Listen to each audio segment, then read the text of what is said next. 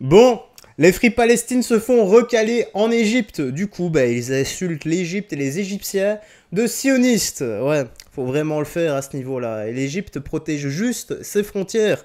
Surtout quand tu as des types qui se ramènent avec plus de barbe que de neurones. Ah, tu vas voir, la vidéo, elle est complètement collector. Bon, direction Tweetous pour les petites news actu du soir. Là, nous allons commencer. Like et commentaires pour le soutien à la force et le référencement. Allez, let's go, on est parti. Donc, les Maghrébins refoulés par les Égyptiens les traitent de sionistes. Ils sont tellement bêtes qu'ils ne comprennent pas que l'Égypte aussi pense à la sécurité, surtout que parmi ces Maghrébins, il y a des islamistes. Ouais, donc, c'est bien, la bêtise n'a pas de frontières, apparemment. Ah, les deux neurones restants se tabassent entre eux là, tu vois. Aïe aïe aïe aïe aïe aïe aïe. Allez, on écoute ça. Vous êtes des sanctionnistes de merde, bande de fils de Fuck you! Fuck you! Fuck you! Fuck you Zionism! Fuck you, Zionism! New Zionism égyptien! Egypt is Ça vient de me sauter à 5 dessus et tout. Egypt is over! Alors que j'étais en train de raisonner les gens pour qu'ils montent. C'est ça le fils de chien, c'est des sionistes. C'est des sionistes. Everybody C'est des film! sionistes. Film the situation! Film now also! Oh, we got deport! Vous voyez tous ces gens là-bas là, c'est des sionistes là, eux tous là-bas là. Eux tous là-bas là, c'est des sales sionistes. Ils travaillent pour Israël, c'est des sales vendus. Des sales vendus, des pourritures, c'est pas des musulmans. Aïe aïe aïe. C'est pas des musulmans. Et je mélange pas le peuple égyptien quand je dis ça. Mais eux là, eux précisément, à l'aéroport au début de l'Égypte, eux c'est des sales sionistes. Ils tapent sur des femmes par terre, c'est sales fatigués. Ils sautent sur un mec tout seul avec des matraques.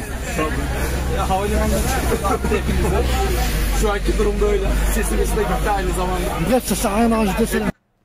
Attends, j'envoie un message vite fait, mais je vais quand même répondre. Bon, le problème c'est quoi? C'est que t'as transformé la Free Palestine en mode pour fuir toute réflexion.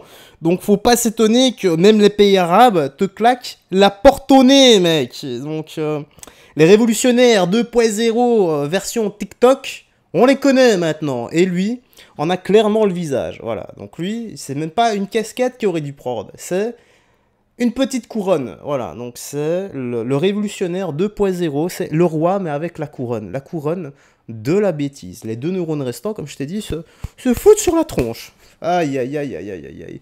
Qu'est-ce qu'il faut pas faire, les gars. Ah, je vous le dis, hein. Ah, ces news actu auront raison de moi un jour. Bon, Alexis Chen qui part en guerre contre le gouvernement. Je stream tellement. Vous avez banni mes comptes. Je vais continuer à vous faire chier et vous allez rien faire. Donc voilà, Alexis Chen a perdu son compte TikTok. Enfin, ses comptes TikTok. Aïe aïe aïe, t'es 600K abos. Ah, ça doit faire mal ça. Ah, surtout que c'est son gagne-pas. Hein. Vous ne pouvez pas me cancel. Et les séquences, là maintenant, qui sont en train d'être dites, seront retranscrites où? Sur TikTok. Et sur tous mes comptes. Parce que j'ai fait en sorte qu'il y ait plus de 30 comptes qui seront créés dès demain. Avec plus de 50 000 € investis dans une cagnotte qui sera redistribuée pour toutes les personnes qui créent du contenu pour moi. Vous allez être rémunérés tous les 1000 vues grâce à moi. Le même système que YouTube, je vais l'instaurer sur TikTok avec une cagnotte de plus de 50 000 €.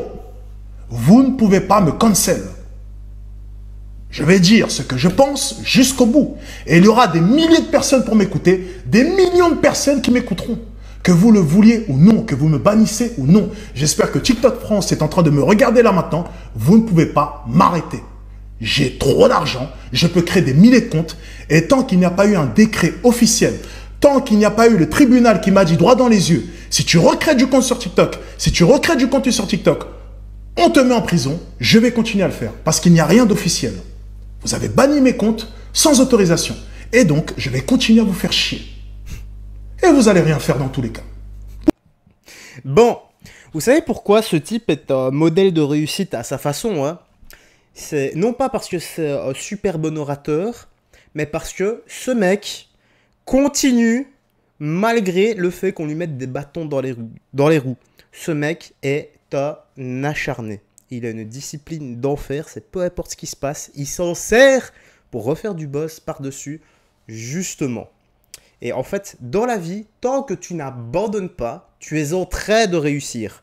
Rappelle-toi cette phrase. Peu importe le projet que tu mets en place, dans la vie, tant que tu n'abandonnes pas, tu es en train de réussir. C'est le moment où tu abandonnes, où tout ce que tu auras fait n'aura servi à rien. Rappelle-toi, c'est une phrase qui pourra peut-être, hein, et je l'espère, te faire continuer dans ton projet ou tes projets. Donc Alexis Chen, vis-à-vis de ça, vis-à-vis de cette discipline, bon, on s'en fout les formations qui vont, tout ça, moi je m'en tape, chacun est libre de faire ce qu'il veut, d'ailleurs ça fonctionne, ça veut dire qu'il y a des gens qui sont super intéressés par ce qu'il fait, voilà. Mais dans ce modèle d'acharnement, qu'on ne laisse rien tomber, qu'on rebondit à chaque fois, peu importe les difficultés de la vie, là c'est sexy, là honnêtement, là c'est très vendeur, et ça montre à quel point le type est déterminé, et ça, on ne peut que le respecter, qu'on l'aime ou non. Donc moi je dis respect mon gars, continue et tu verras que dans la vie on obtient ce qu'on mérite via la discipline et l'acharnement. Allez, qu'est-ce qu'on a maintenant donc? Ils veulent aider la Palestine mais ils sont incapables d'aider le SDF à 10 mètres d'eux. C'est exactement le même style de résumé qu'on fait à chaque fois en voyant tous ces guignols dégénérés avec leur drapeau hurlant Free Palestine, Free Gaza, mais qu'au moment où tu leur proposes d'aller au front tel notre ami sur la chaîne, Romain, alias Léon de Grelle, enfin Léon Défaite maintenant, ou Léon Cartier, eh bien, se défile ouvertement, car, ah non, moi ça m'empêche pas de dormir, j'ai quand même une situation en France et dans mon pays, donc finalement, non, ça ne me regarde pas. Voici le résumé, quand Free Palestine perd ses couilles. Allez, donc, cette vidéo résume mieux que tout le sujet, ok. Eux là, ils veulent aider la Palestine. Mais là-bas, il y a un SDF, il est tout seul, il dort par terre, personne ne veut l'aider. Une personne, ils ne peuvent pas l'aider, mais ils veulent aider Gaza. Voilà, des barres de rire, là.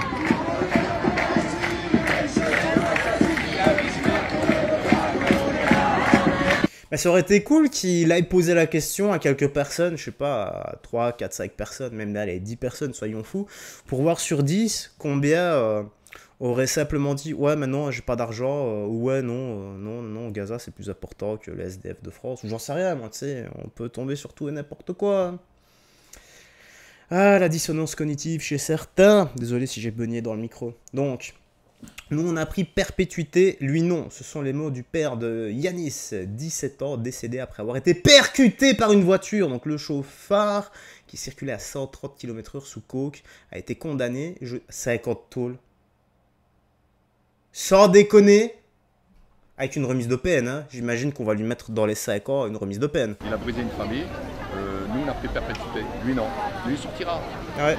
Le cours de la vie va reprendre pour lui, mais nous les blocos, c'est tout, il est bloqué, nous sommes des robots.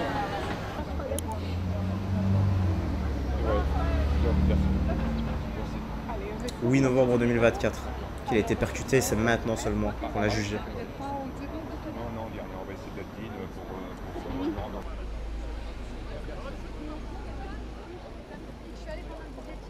Ah ouais, je sais, il parlait avec toi. Vous êtes revenu le lendemain. 50 km/h au-dessus, quoi, les gars. Je sais pas si vous vous rendez compte.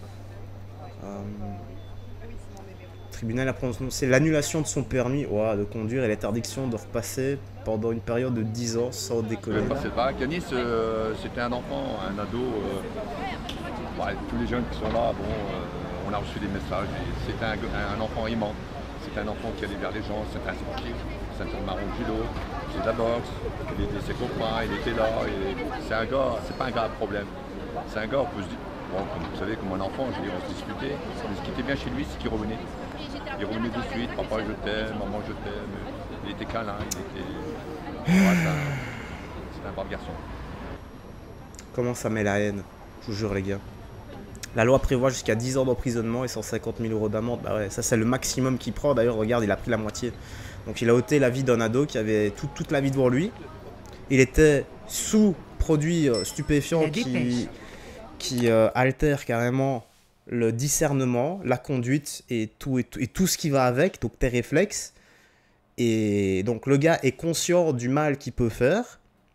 Il chope un ado, le tue à 130 km/h. Il peut plus conduire pendant 10 ans et va faire maximum 50 tôles. Et dans les 5 ans, il y aura une remise de peine d'un tiers. Ou 2 tiers, j'en sais rien. Vu la justice actuellement. Donc en gros, il va même faire 3 ans, puis il sortira. Tranquille. Lui, il n'a laissé aucune chance à l'ado, mais lui en aura une deuxième. Quelle justice C'est quoi cette justice? Ça n'emporte que le nom, c'est une administration de corrompus. Et en plusieurs mots même. Corrompu en un mot et corrompu en plusieurs mots. Juste à gerber. Le gars qui a fait ça, peu importe sa couleur de peau, peu importe sa religion, j'en ai rien à foutre. Il peut même s'appeler Jacques, Hubert, les gars, vous savez, j'en ai rien à foutre de tout ça. Putain, mais tu me le mets au trou jusqu'à la fin de sa vie. J'en ai marre de ce genre de truc. Je vous jure, j'en ai marre de ce genre de faits divers, quoi.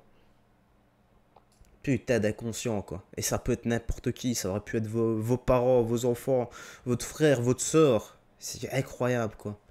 Et tant que la justice ne sévira pas, il y aura toujours des gars comme ça qui se disent « Oh, de toute façon, si je tue quelqu'un, je prends quoi, 5 ans et je fais 3 ans de tôle et je ressors. » Et je vous jure qu'il y en a plein qui disent ça, j'en ai déjà entendu.